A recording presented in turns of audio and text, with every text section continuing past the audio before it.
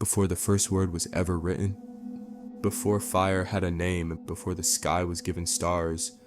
There were stories, not told, not spoken, buried, folded into the roots of the earth, pressed between layers of stone, whispered into the marrow of trees by things that did not die because they were never truly alive. They were not gods, not spirits, not demons. They were the remembering. When the world grew loud, we silenced them. We dug holes, built churches, burned forests, drew maps. We gave forgetting a shape and called it progress, but nothing buried stays buried forever. The soil keeps its secrets. It knows every name that was erased, every scream swallowed by stone, every pact made beneath a moon that no longer shines. And when the wind blows just right, when the world forgets just enough, the soil exhales, and that's when it begins. A scratch on the mirror, a photo you never took, a child who hums an ancient tune in their sleep. Not possession, not haunting, just memory coming home. This is not a tale of monsters. This is a tale of what we chose to forget and what never forgot us. So listen carefully, not to me, to the floor beneath your feet, to the breath between your thoughts. Because once you hear the whisper, you are already part of the story. The rain had just stopped when they found it. Wet soil clung to Marcus's boots as he stepped deeper into the clearing. The forest had always been quiet after storms, but the silence felt unnatural, like the woods were holding their breath. The air was damp and thick with the scent of mildew and something older, something sour. They were clearing ground for a new road. Nothing fancy, just another logging path. But the backhoe had hit stone. Not the kind you find naturally, but something placed. A lid. The workers circled the pit. No one wanted to be the first to say it, but they were all thinking the same thing. Grave. Marcus jumped in anyway. He brushed at the dirt with his gloved hands. The stone slab was covered in symbols, spirals, crooked lines, all shallowly etched but still sharp despite the years. "Looks old," he muttered, mostly to himself. Behind him someone whispered, "Don't open it." He turned. No one was looking at him. A few men had already stepped back. Marcus shrugged it off. "It's just rock and dirt." But when they lifted the slab, something shifted. Not the air, not the earth. The feeling, like something that had been deeply asleep, was now listening. Inside was no body, just a box, wooden, bone-colored, carved with the same strange markings. It wasn't buried deep, almost like it had been left waiting. Marcus reached in. The box was warm. He didn't tell anyone that part, and the others joked nervously and smoked by the tree line, trying to act like it was nothing, but none of them looked directly at the box. That night, Marcus took it home. He told himself he'd report it in the morning. Maybe it belonged in a museum, maybe it was valuable, and he didn't sleep well. Not because of guilt, not because of the storm returning around 2 a.m., but because he could hear something, not inside the house, inside the box, scratching slow, steady, like fingernails on wood, trying not to be heard. And just before dawn, the scratching stopped, but the box was open and empty. Marcus didn't remember opening the box. He stared at it under the flickering kitchen light, his breath fogging in the cold that hadn't been there before. The lid hung askew like it had been pried open from the inside. No lock, no hinges, just a single black smudge where the wood had splintered. He hadn't touched it, he was sure of that, wasn't he? The apartment felt wrong, quiet, but not empty, like someone was waiting in another room, standing perfectly still. Marcus shut the box, locked it in a drawer, and told himself he was tired, that it was all nerves and the storm and the stress. At 3:41 a.m., he woke up choking, not from smoke, not from a dream, from whispers. Dozens of voices layered on top of each other, echoing from the corners of his room, software, childlike, foreign, but some words bled through. "You took it out, we see through you now, put it back." He turned on every light. The voices stopped. The drawer was still locked, the box still inside, but there were wet footprints on the floor, tiny, bare, leading from the drawer into the foot of his bed. He checked the door. Still locked, windows shut, no signs of a break-in. The only thing out of place was his mirror. A long crack had formed down the center, thin as a hairline, shaped like a crooked smile. Marcus didn't sleep again. The next day, he didn't go to work. He searched online for the symbols on the box, but nothing matched. Not Mayan, not Norse, not even Sumerian. A few forums guessed it might be Proto-Slavic or from a lost culture, but no one was certain. Late in the afternoon, his phone rang. Unknown number. He let it go to voicemail. The message was just breathing, heavy, deliberate, and too close to the microphone. Then faintly, "It's behind the mirror." He dropped the phone. The mirror had changed. The crack was now wider, branching. and something was moving behind the glass, and not a reflection, not him, something watching. Marcus smashed the mirror, not out of fear, at least that's what he told himself, but because it was the only thing that made sense. Shards rained onto the tiles, glinting like bits of broken ice.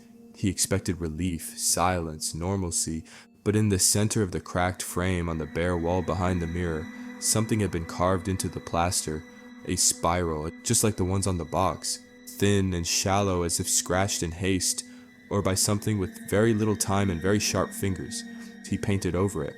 3 coats, the mark bled through by morning. Marcus hadn't spoken to anyone in 2 days, the neighbors hadn't seen him. The sun barely touched his windows. He lived in shadow and silence now, waiting for the voices to return. They didn't, but something else did. While shaving, he saw it right under his collarbone, a new mark. Raised, circular, the same spiral, etched into his skin. He ran to the sink, scrubbing at it with soap, with steel wool, with panic. It didn't fade, it burned, it felt like it was growing. That night, he finally left his apartment. He found an old bookstore at the edge of the city, one of those places that didn't show up on maps and didn't have hours posted, the kind with dust in the air and books that smelled like the end of the world. A hunched man behind the counter looked up as Marcus entered and didn't say hello. He just stared at Marcus's chest, not at him, through him. "You opened it," the man said, voice dry as paper. Marcus froze, and the man gestured him closer, pulling an old leather-bound volume from behind the counter.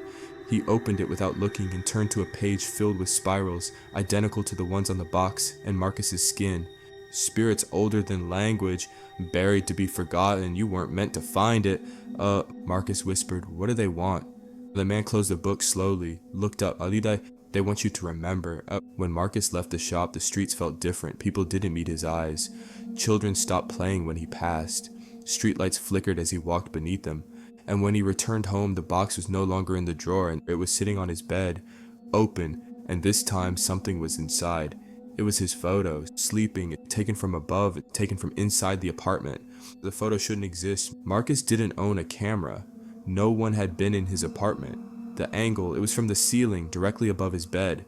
But there were no hooks, no shelves, no place a camera could have hung. He stared at the image. His mouth was slightly open in sleep. His eyes twitched beneath their lids, and in the corner of the photo, barely visible, a shadowed blur. Too tall, too thin, bent, watching. He threw the picture in the trash, burned it in the sink minutes later. But that night there was another, a different angle, this time from the hallway. He was sitting on the couch, watching TV, except he hadn't watched TV that day. He didn't remember ever being in that position. The image was dated next week. It started with dreams after that. Not the usual kind. These were slow, heavy, like sinking in warm oil. He floated in an empty space, and voices drifted in from nowhere. Not words, shapes, patterns that twisted and unfolded in his mind like roots beneath soil. When he woke, his mouth was dry, his jaw sore, and every morning a new phrase scrawled in his handwriting on his bathroom mirror. "They are beneath us, not dead, waiting. Open the earth again." He didn't remember writing them. And the worst part, they weren't in English. He looked it up. The shapes resembled no known script, not Arabic, not Cyrillic, not even pictograms. Until one late night, an obscure forum called Tombs of the Unnamed responded to his post. A user named Halftongue sent him a single reply. "It's Proto-Silentian. You shouldn't be able to write it, and no one should. It's a dead tongue. Dead like them." Attached was an audio file. Marcus didn't want to play it, but he did. The voice was wet, guttural, like something speaking through water. It whispered the symbols he'd been seeing. As it played, Marcus's nose began to bleed. He vomited twice, and then he whispered back, without realizing it, word for word, as if he'd always known. That night the box opened again, no photo this time, just something soft, a lock of hair, still warm, still bleeding, not his. And in the silence that followed, a sound began to rise from under the floorboards, scratching, but deeper this time, and many, many hands, trying to remember the way out. Marcus fled the city 2 days later. He packed what he could, clothes, the cursed box. He couldn't leave it behind. It always found its way back, and drove until the signal on his phone died and the road turned to gravel. He didn't know where he was going, only that he had to be somewhere without walls, somewhere the whispers couldn't echo. He found a cabin deep in the forest, empty, old, the kind with dust, frozen in midair, and furniture that hadn't been moved in decades. There were claw marks on the wooden beams, too high for any animal. The door didn't have a lock. He stayed anyway. The silence was different out here, not safer, just older. He walked the forest trails at first to clear his head. The trees stood too close together. The shadows between them stayed even at noon. Birds never sang. The third day he saw them, eyes. Between the branches, behind bark, reflected in puddles. Not animal eyes. They didn't blink, didn't move, and they only watched. That night, Marcus lit candles in every room. He sat with the box in front of him. The spiral on his chest itched, pulsing like a heartbeat. He spoke aloud, demanding answers, and the candles flickered. Then, one by one, snuffed out. A low groan echoed through the floorboards, like the house breathing. Marcus backed away, but his reflection in the window didn't. It stayed, it smiled, and it pointed behind him. The trees were closer the next morning. He hadn't imagined it, he was sure. Where there had once been 15 feet from porch to woods, there were now 5. The trees weren't just moving in, they were leaning in, bent forward, listening. The spiral on his chest had grown larger, blackened. It looked infected. And that day, on a tree near the back of the cabin, Marcus saw something carved deep into the bark.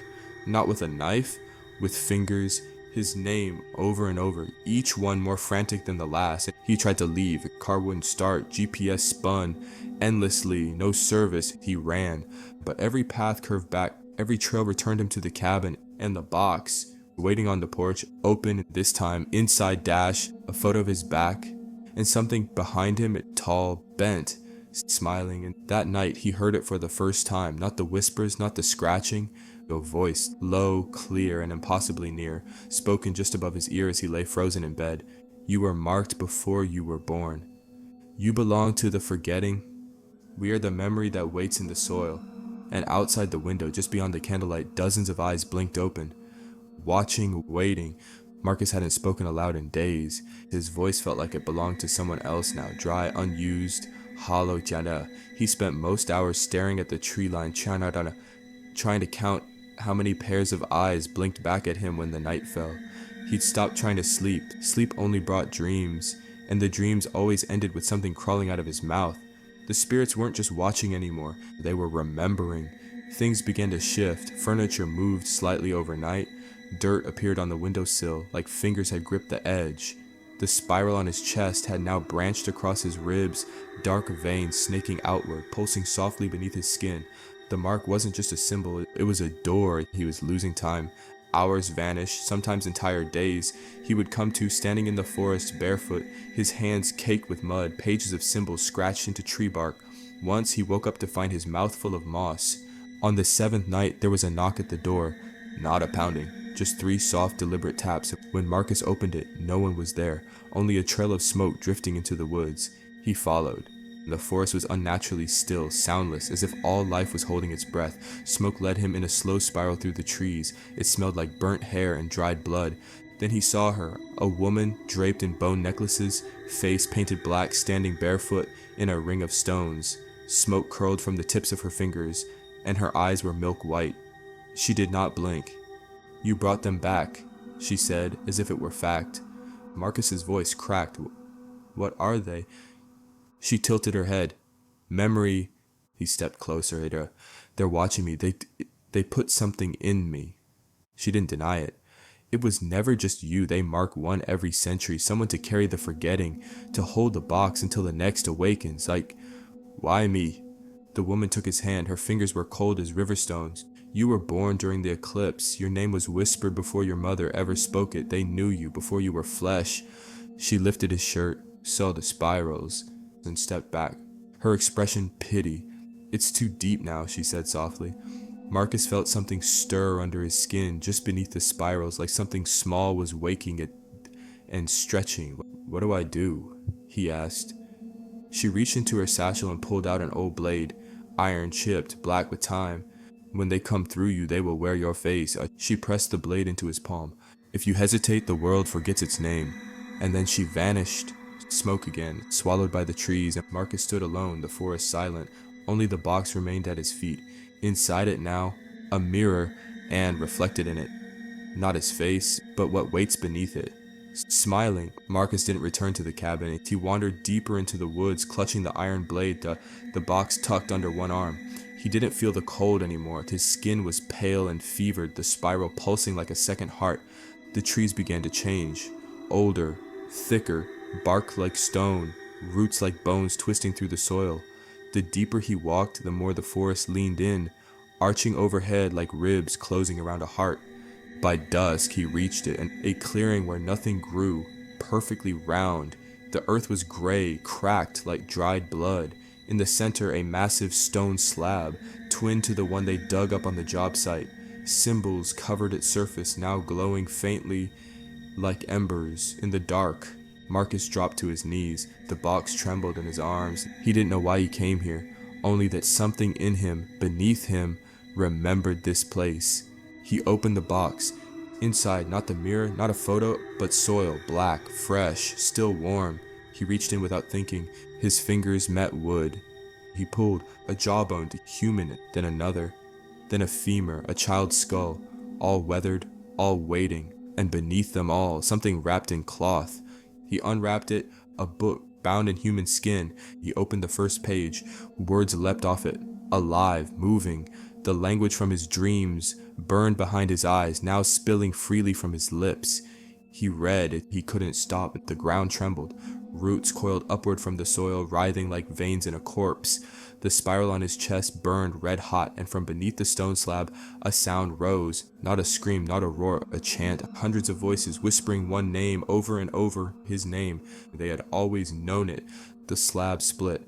From the crack, fingers emerged, thin, elongated, bone white and slick with dirt. Then arms, then faces, dozens of them. No eyes, just smooth skin where memory should have been. Their mouths too wide, their teeth too many. They didn't crawl. They unfolded. Marcus backed away. The book fell shut, but it was too late, and they stood now all around him, figures of forgetting, the nameless, the buried, the ever-hungry. And in the center, one stepped forward, and its shape was his, but not him. It wore his face, but smiling wrong. Its voice was layered, human, child, ash. We remember what the world chose to forget. It raised its hand. The spiral burned. Marcus fell to the ground, screaming, the blade slipping from his fingers. The trees leaned closer. The sky went dark, and all around him they began to dig. Marcus awoke, buried to his chest. The soil was soft but heavy, packed with purpose. Roots coiled around his ribs like fingers locking him in place. He couldn't move, could barely breathe. Only his arms and head remained above ground, trembling under the pale weight of a dying moon. All around him, the clearing had changed. The trees had pulled back and the slab was gone. In its place, a pit, black, endless, breathing, and standing at its edge were the figures, not spirits now, witnesses, their heads bowed, their mouths open but silent, waiting. Something moved at the bottom of the pit, not climbing, not rising, growing, a pulse, slow and low like a drum made of wet leather. The earth shifted with each beat, and Marcus remembered the voice from his dreams. The vessel must break before the gate can open. He wasn't meant to escape. He wasn't even meant to survive. He was meant to carry it, to remember, and then to be emptied. A shape climbed from the hole, no bones, no face, a writhing mass of limbs, mouthless heads, and trailing flesh stitched together by memory. It screamed without sound, and the sky cracked open. And suddenly Marcus understood. This had happened before, thousands of years ago. A village had made the first sacrifice, a child chosen, marked. They had buried him alive, not to feed the spirits, but to seal them, to give form to forgetting. That was the pact. A mind to carry memory, a body to trap it, a life in exchange for silence. Marcus was the first since then to break the pact, by opening the box, by remembering, and now the hunger they had once sealed wanted out. It had his name, his face, his voice, and it would use all three. The creature approached. Its many eyes opened, not in its head but along its arms, chest, spine, eyes blinking with stolen memories, some of them his. One showed his childhood bedroom, another his mother's smile, and a third the face of a girl he once loved, all fading. Marcus reached for the blade. It lay just inches from his fingers, buried in loose soil. He stretched, felt his shoulder tear, stretched again, and just as the creature leaned down, mouths parting in a silent hymn, he closed his hand around the hilt. He drove it into his chest, into the center of the spiral, and the forest screamed. Light burst from the wound, not fire, not blood. Memory. It poured upward, into the sky, into the trees, into the creature, and one by one, the figures around the pit dropped to their knees. not in worship, in release. The creature reeled. Its body came apart like wet paper. The pit collapsed, and Marcus, still half buried, bleeding, stared up at the sky as it cleared for the first time in days. Stars blinked into focus, cold, indifferent, watching, waiting. Somewhere behind his eyes, a voice whispered, "You've emptied the vessel, but the box is never empty for long." The spiral stopped pulsing, and in the soil beside him, the box had returned, closed, waiting. They found Marcus a week later, or rather, what was left of him. Hikers reported strange sounds in the wood. Search teams followed torn branches and dead birds until they reached the clearing. The earth was freshly disturbed, as if something had been buried and then violently unburied. Marcus's body was whole but wrong, and his eyes were wide open, glassy, staring skyward. His lips were parted slightly, as if caught mid-breath or mid-sentence, and clutched tightly in his hands, pressed to his chest like a sacred relic, was the box, unopened.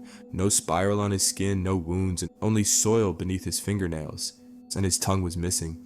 They took the box, of course, bagged it, tagged it, locked it behind glass at a private research facility in the city. No one could identify the wood. The carvings defied translation. Analysts described a feeling of unease, of being watched. Most refused to stay in the same room with it for long.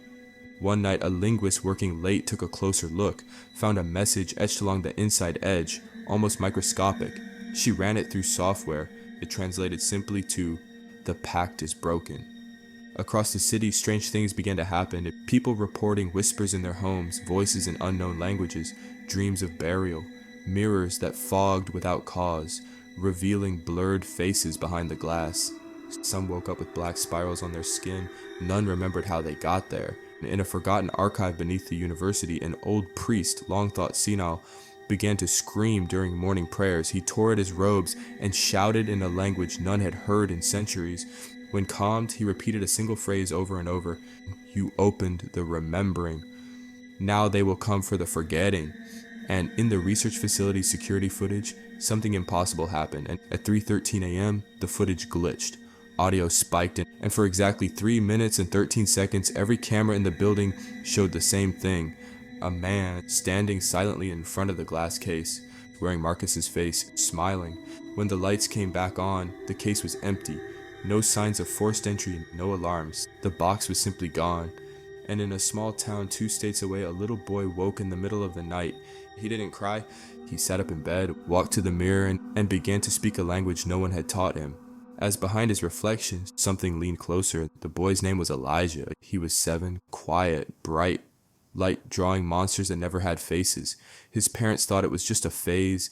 Kids are weird sometimes. But after that night, after the mirror, they noticed things changing. He stopped blinking. He started speaking to shadows, and every morning there was dirt under his fingernails, no matter how often they bathed him. Doctors said stress, sleepwalking, but one psychologist, Dr. Isaacs, took a special interest because Elijah's drawings matched something she'd seen before. Years ago, in a village in Hungary, where a mass grave had been unearthed, symbols just like Elijah's had been carved into the surrounding stones, spirals, circles, mouths with no faces. When Dr. Isaacs asked Elijah where he saw these things, he smiled and said, "They showed me, in the walls. They said you forgot them and they're angry." That same week, 27 people across the region reported identical dreams. An endless forest, a box buried in the center, a voice saying, "It's your turn now." Dr. Isaacs requested Elijah be evaluated overnight. She brought audio recorders, cameras. Nothing unusual happened until 3:13 a.m. Then every device in the room cut out. Except one. The audio recorder captured exactly 13 seconds, a whisper, layered voices, children, men, women, something else, all speaking through Elijah in unison. "We were never spirits. We were never dead. You made us memory so you could forget the blood." And then softly, "Now remember." The next morning, Elijah was gone, window locked, no footprints, just his bed sheets folded neatly, and on the pillow, a photograph, an aerial shot. A spiral burned into the forest floor, massive, stretching trees flat, and in the center, Marcus standing, alive and smiling. The photo was dated next week. Somewhere in a remote part of the forest, trees began to fall in perfect arcs. Earth pulled back like breath, and from beneath the roots the sound began again, scratching, remembering, and waiting, because what they wanted was never revenge, not pain, not even freedom. They wanted you, quote, to never forget, because once you do, they come back. They found the spiral exactly 1 week after the photo. Aerial surveyors for a wilderness conservation program spotted it, impossible to miss. Hundreds of feet across, scorched into the forest like a brand, trees flattened outward in perfect curves, animals avoided the sight, birds fell silent when flying overhead. Drones sent in stopped transmitting once they reached the center. One managed to return. Its footage showed a man standing in the heart of the spiral, naked, still, smiling. Marcus, but older, paler, hollow-eyed, and around him, rising from the soil like a slow breath, the watchers, dozens, hundreds, not corpses, not ghosts, something in between, memory made flesh. News didn't cover it, not publicly. The footage was seized, files were classified, but copies leaked, and those who saw them changed. Some spoke in tongues not listed in any database. Some stopped speaking altogether. One researcher gouged out her eyes, whispering, "I saw too much." He showed me what it used to cost. It was Dr. Isaacs who figured it out. The spiral wasn't a message, it was a door, a ritual scar, a map carved in pain and silence. She found old texts buried in university basements, smuggled from ancient monasteries. All hinted at the same thing, a ritual of remembering, one that must be repeated every cycle. Every 100 years, a spiral must be burned, a vessel must be chosen, and blood must be given, and not just any blood, the marked, or all memory breaks. She tried to warn them, but by then Elijah had reappeared, standing in the middle of a supermarket parking lot, silent, barefoot, eyes completely black, and in his hand the box. He didn't speak, but everyone who saw him that day had the same dream that night. A slab of stone, a knife of bone, Marcus kneeling in the spiral, and Elijah walking toward him, blade in hand, smiling. The next day the spiral burned again, brighter this time. Smoke rose across the sky like a beacon. And in the city, mirrors cracked in unison, phones died, clocks stopped, as a voice echoed in thousands of ears, whispering in every tongue, "We never wanted your soul. We only want your stories, and your blood is how we write them." Dr. Isaacs began the drive toward the forest that night. Not to stop it, not anymore, but to witness the remembering, because deep down she finally understood, for them to sleep, we must bleed. The sky above the forest turned black at noon. Not dark, empty, like someone had peeled back the firmament and left nothing behind. Sunlight bent around the spiral. Clouds refused to form above it. Birds dropped dead mid-flight. Compass needles spun. GPS coordinates became symbols no system could decode. Time thinned. Those who stepped too close said they could hear memories in the wind, voices of people they'd never met, names they'd never known, dying screams from centuries ago. Dr. Isaacs reached the edge of the spiral at exactly 3:13 p.m. The trees ended in a perfect circle, as if the forest had been carved away by unseen hands. The air was thick with the scent of ash and soil, warm, wet. She stepped in, the world blurred immediately. Not physically, but mentally. She felt thoughts not her own, a mother weeping beneath a crimson moon, a child buried in salt, a man carving spirals into his chest with shaking hands, and above it all a song with no melody, just a rhythm of scratching. In the center stood Marcus, naked, spiral now covering his entire body like a second skin, pulsating softly. His eyes were wide open, pitch black, unblinking. Behind him, Elijah, still small, still silent, holding the box. Dr. Isaacs froze. Marcus tilted his head. "Do you remember it now?" he asked, voice soft but layered, like several mouths speaking in sync. She shook her head. "I've never known." Marcus stepped forward. The spiral on his chest glowed brighter. "That's the lie they fed you. The forgetting wasn't mercy. It was a cage. You chose to forget. Now the cage is breaking." Elijah opened the box. Smoke spilled out, but not smoke. Stories, screams, lullabies, wars, curses, all memories too painful to bear, ripped from time, stuffed into the dirt like bones, and now they were loose. Dr. Isaacs felt herself being pulled in, not her body, but her mind. She saw herself as a child, standing in front of a mirror that hadn't existed. She watched her father whisper in a tongue he shouldn't have known. She felt soil in her mouth, tasted iron, screamed without sound, because deep inside she was marked too. They all were. "Make your choice," Marcus said. Behind him, Elijah raised the blade. The wind died. The sky opened wider, and a voice fell from above, not booming, not loud, but final. "Bleed for the remembering. Or forget and be consumed. Dr. Isaac stepped forward, knees trembling, eyes open, hands out, and for the first time in centuries, the spiral pulsed with approval. Somewhere far from the spiral, a little girl looked in a puddle and saw her reflection blink twice.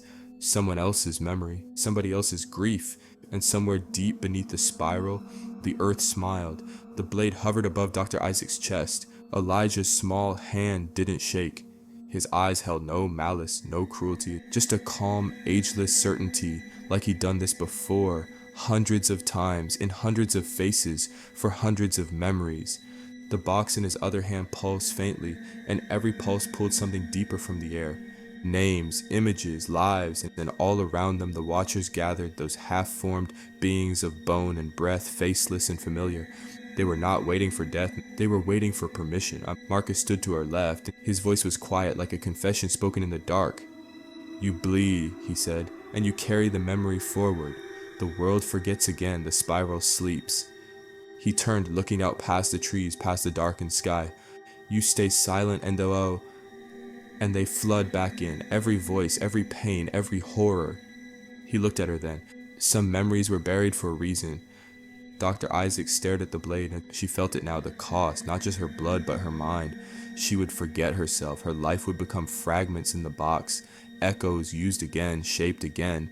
They wouldn't kill her, they'd store her. She would become another whisper in the fog. And somewhere someone would draw her again, hear her again, wake up with her name on their tongue, having never known her. She thought of her mother, the way her fingers trembled when telling bedtime stories, and she thought of Elijah, what was left of him. She thought of all the ones who chose silence before her, and she asked the question no one dared voice. What if we should remember? Marcus flinched. Even the spirits paused. It was the kind of question that cracked doors open, and she stood now, strong, straight, looked Elijah in the eye, and then gently pushed the blade away from her chest. No, the sky groaned, low, deep, like a breath caught between dimensions. The spiral beneath her feet rippled. Marcus stepped back, eyes wide. "You don't understand." "I do," she whispered. "For once, I think I actually do." She turned to the watchers. You don't want silence anymore." But she turned to the sky. "You want witnesses." And the box screamed. It screamed with every memory ever buried, wars erased, names scratched from tombstones, sacrifices made and forgotten. The pain of being unseen, of being unheard. The spiral cracked, and the forest fell silent, and Elijah dropped the blade, and the watchers stepped forward, and not with hunger, but hope. They touched her shoulders, her face, her eyes, and whispered not curses, but stories. One by one they gave, not took, and when the box closed again, it was not locked. And she was still herself, but now carrying all of them. Somewhere in the world, mirrors stopped cracking. Dreams became clearer. Old songs were remembered again. Children whispered stories no one taught them. And in the forest, the spiral faded. Not because it was sealed, but because it had finally been seen. Dr. Isaacs didn't sleep that night. She sat in the center of the faded spiral, arms wrapped around her knees, listening to the forest exhale. The watchers were gone, melted back into the soil, the trees, the wind. Even Marcus had vanished, his footprints already filled by the breathing earth, and only Elijah remained. He sat a few feet away, no longer holding the box, but humming a tune no one had taught him. Something ancient, slow, circular. The boy's eyes were closed, but he wasn't asleep. He was remembering. At dawn, the trees shifted, leaves turned inward, whispering across their own bark, and Isaac felt something new in her chest, not a weight, but a presence. Memories blooming like ink in water. A woman in bronze robes guiding the first forgetting. A nameless scribe writing the spiral in blood. A child buried with a story etched into his teeth. None of it hers, all of it hers. The box had changed, no longer bone white, but dark. Wood that remembered fire. Its carvings were smoother now, symbols arranged in new patterns. Less prison, more map. Isaacs opened it. No scream, no smoke, just pages, blank, waiting. And she knew what came next. She walked out of the forest, each step lighter, each breath filled with new names, new sorrows, new truths. At the edge of the world, people would ask her who she was, and she would answer, "I carry the forgotten." She traveled far, cathedrals swallowed by sand, tombs buried beneath glaciers, ghost villages lost to time. In each place she listened, in each place she wrote. Not to trap, not to bury, but to witness. The first act of a true vessel is not silence. story, and when she slept, she no longer dreamed in isolation. She stood in a great library where every wall was breathing, every book a person, every whisper a memory once discarded. She walked its halls barefoot, leaving no footprints, only echoes, and somewhere a child saw her in a dream. She said nothing, just handed them a page, and when they woke, they told a story no one believed. But the forest did, the trees did, and the box, hidden once more, pulsed softly in the dark. Because remembering was no longer forbidden, it had found a voice, and her name was Isaac's. Years passed, the world didn't end. No great beast rose from the soil, no spiral burned into the skies. Cities continued, machines hummed, children were born and grew, and most never knew the weight of the silence that had once nearly swallowed everything. But things had changed, subtly, quietly. People began to remember things they never lived. A fisherman in Portugal painted symbols into the sand, spirals, perfect, ancient. A woman in Korea woke from a coma, speaking an extinct dialect no one had spoken aloud for 3,000 years, and a blind man in Brazil dreamed of a forest and walked directly to it, whispering, "She's still writing." The world was remembering, not through blood this time, but through story. Dr. Isaacs kept walking town to town, country to country. She spoke in whispers in classrooms, in alleyways, in churches, where light barely touched the pews. She didn't preach, she didn't warn. She told stories, true ones, old ones, stories of the boy who held the box, of Marcus, the first to bleed, of the watchers who were never ghosts, of the forest that had always been listening, and of the pact, not broken but rewritten. The new pact had no altar and no blade, only ears, only the choice to say, "I will carry this," and others joined her. Quiet scribes, listeners, carriers. Some wrote songs, and some carved in stone. Some whispered to trees and left notes in books no one checked out anymore. And the box, still out there, never staying long, always finding someone ready to remember. One day, Isaac sat beside a dying river. The world was loud again, cities screaming, screens glowing, voices shouting, but beneath it all the soil still breathed. She placed the box beside her, opened it. Inside was a single page. It read, "You were never alone." She smiled, closed it, and vanished, like breath. Years later, a little girl in a mountain village found the box beneath the floorboards. She didn't scream, she didn't run. She opened it slowly and whispered to tell me everything. The trees leaned in, and the wind grew still, and the remembering began again. There are places in the world where the wind moves differently, where it slips through the trees like a voice long buried, brushing against your skin, not like air, but like fingers, reaching softly, asking if you still remember their name. You've walked past these places before, a hallway that goes quiet the moment you enter, a mirror that fogs even when it's cold, a corner of your childhood room that always felt a little too dark. You may not have noticed, but the wind did. It remembers everything you forgot. Some nights it comes when you're almost asleep, not loud, not cold, just there, turning pages in a book you don't recall writing, humming a lullaby you didn't know you knew, whispering a single phrase in a language older than your bones. We remember you, but it isn't a threat, it's a promise, because memory is not always gentle, but it is never truly gone. You carry them now. The boy, the spiral, the name that vanished in the forest and returned in the mouth of a stranger. They do not live in books or graveyards, they live in the quiet, in the soil, in the spaces between words. And when the wind shifts suddenly, when your breath catches for no reason, when your heart stumbles over nothing, when the hairs on your arms rise and your reflection doesn't move exactly when you do, that's not fear, that's not paranoia, that's the story remembering you. Because you listened, because you opened the box, because even if you didn't bleed, you heard the story, and now you are part of it.